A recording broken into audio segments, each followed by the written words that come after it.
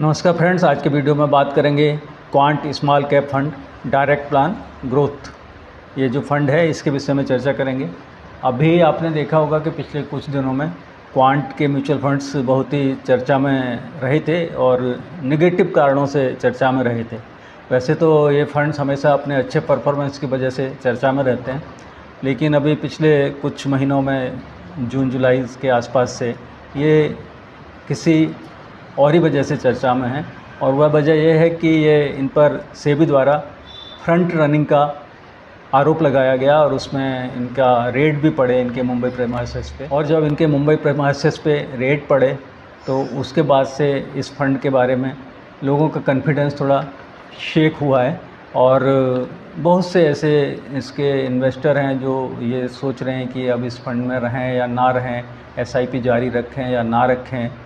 और new fund के जो इन्वेस्टर जो नया इनके पास आता रहता था वो अभी थोड़ा रिलक्टेंट हो गया है इस फंड को ज्वाइन करने के लिए।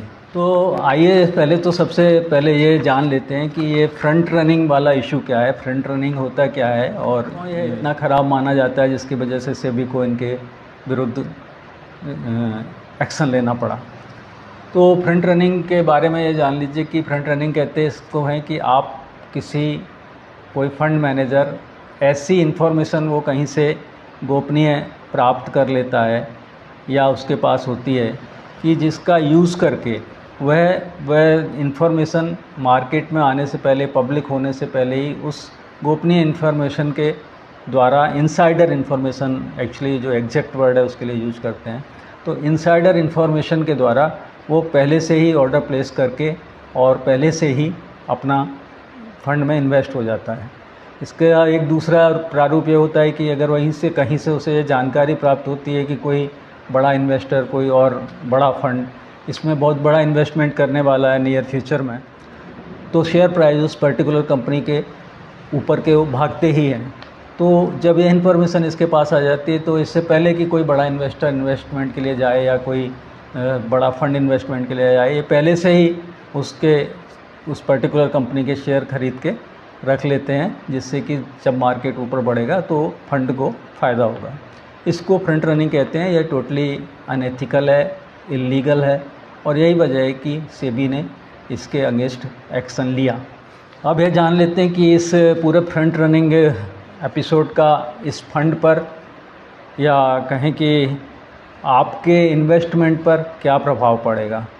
तो इन द शॉर्ट रन क्या है कि फंड के ऊपर थोड़ा सा दबाव रहेगा रिडेम्पशंस का, क्योंकि जो स्मॉल इन्वेस्टर है वह जब इस तरह की कोई घटना होती है तो जाहिर है कि थोड़ा सा घबराहट उसके अंदर पैदा होती है और उस घबराहट में वो एसआईपी भी अपनी बंद कर लेते हैं, रोक लेते हैं और कई बार रिडेम्पशन के लिए भी चले जाते हैं। तो यह थोड़ा नेगेटिव इम्पैक्ट है, बट इससे फंड को इन्वेस्टर्स को ज़्यादा परेशान होने की ज़रूरत नहीं है, क्योंकि लॉन्ग टर्म में ये फंड ने बहुत ही आउटस्टैंडिंग परफॉर्मेंस दिया है और पिछले 10 साल में इसने अपनी कैटेगरी के इस फंड्स को, स्मॉल कैप फंड की बात कर रहा हूँ इस समय में, स्मॉल कैप फंड ने हमेशा अपनी कैटेगरी के दूसरे फंड्स को पीछे छोड़ा है, आउट परफॉर्म किया है। तो अच्छा फंड है। तो टेम्पररी ये अभी थोड़ा सा प्रेशर में है, थोड़ा दिन और ऐसा प्रेशर बने रहेगा। कुछ दिन बाद इस फंड का परफॉर्मेंस फिर से सही हो जाने की आशा की जा सकती है।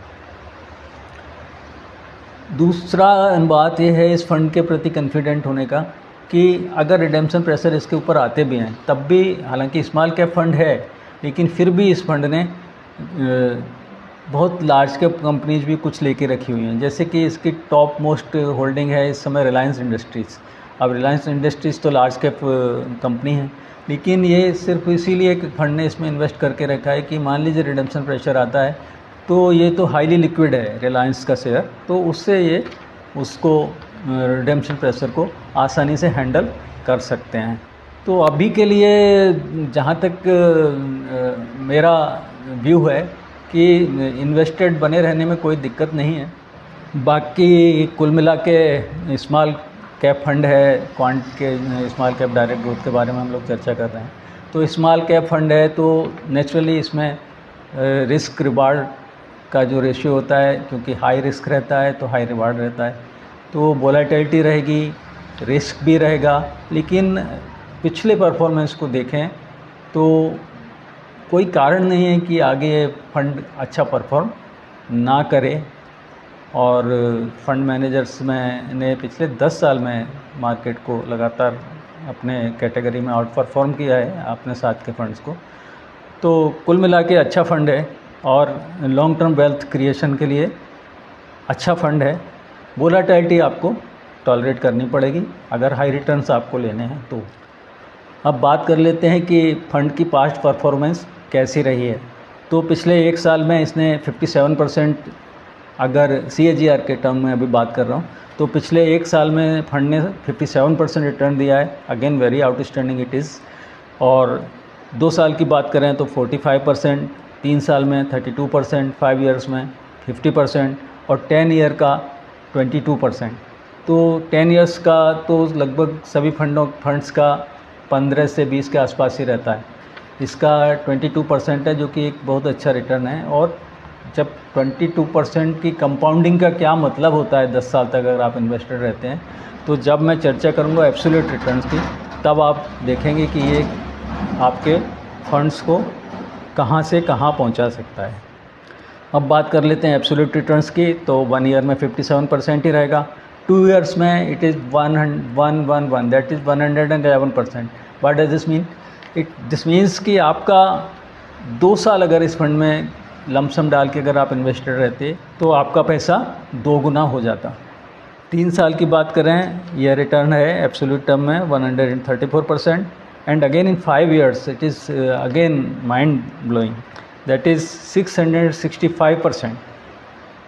मीन अगर आपने 10 लाख यहाँ इन्वेस्ट किया होता लमसम 5 ईयर्स बैक, तो आज आपका पैसा 70,65,000 के आसपास उसका मूल्य होता।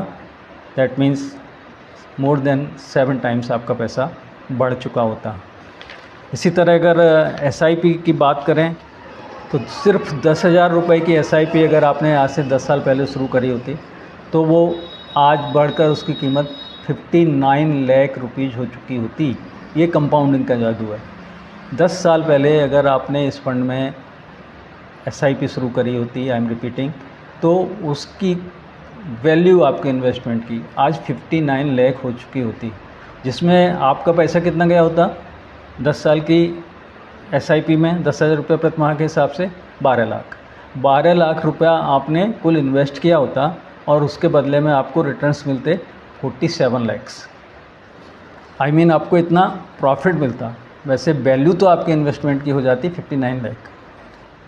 इस फंड की टॉप होल्डिंग्स की बात करें तो उसमें जो कंपनियां शामिल हैं वो है Reliance Industries, Jio Financial Services, HFCL Limited, Aegis Logistics Limited, Bikaji Foods Limited, Adani Power, RBL Bank, एटेस्टा। सभी अच्छी कंपनियां हैं और अच्छा इनका पोर्टफोलियो है। लिक्विड हैं ज़्यादातर कंपनियां, तो बहुत ज़्यादा इसमें मुझे तो नहीं लगता कि कोई घबराने की बात है। और मुझे तो लगता है कि मैं होता अगर इस फंड में इन्वेस्टेड, तो मैंने तो इन्वेस्टेड ही रहना था इसमें।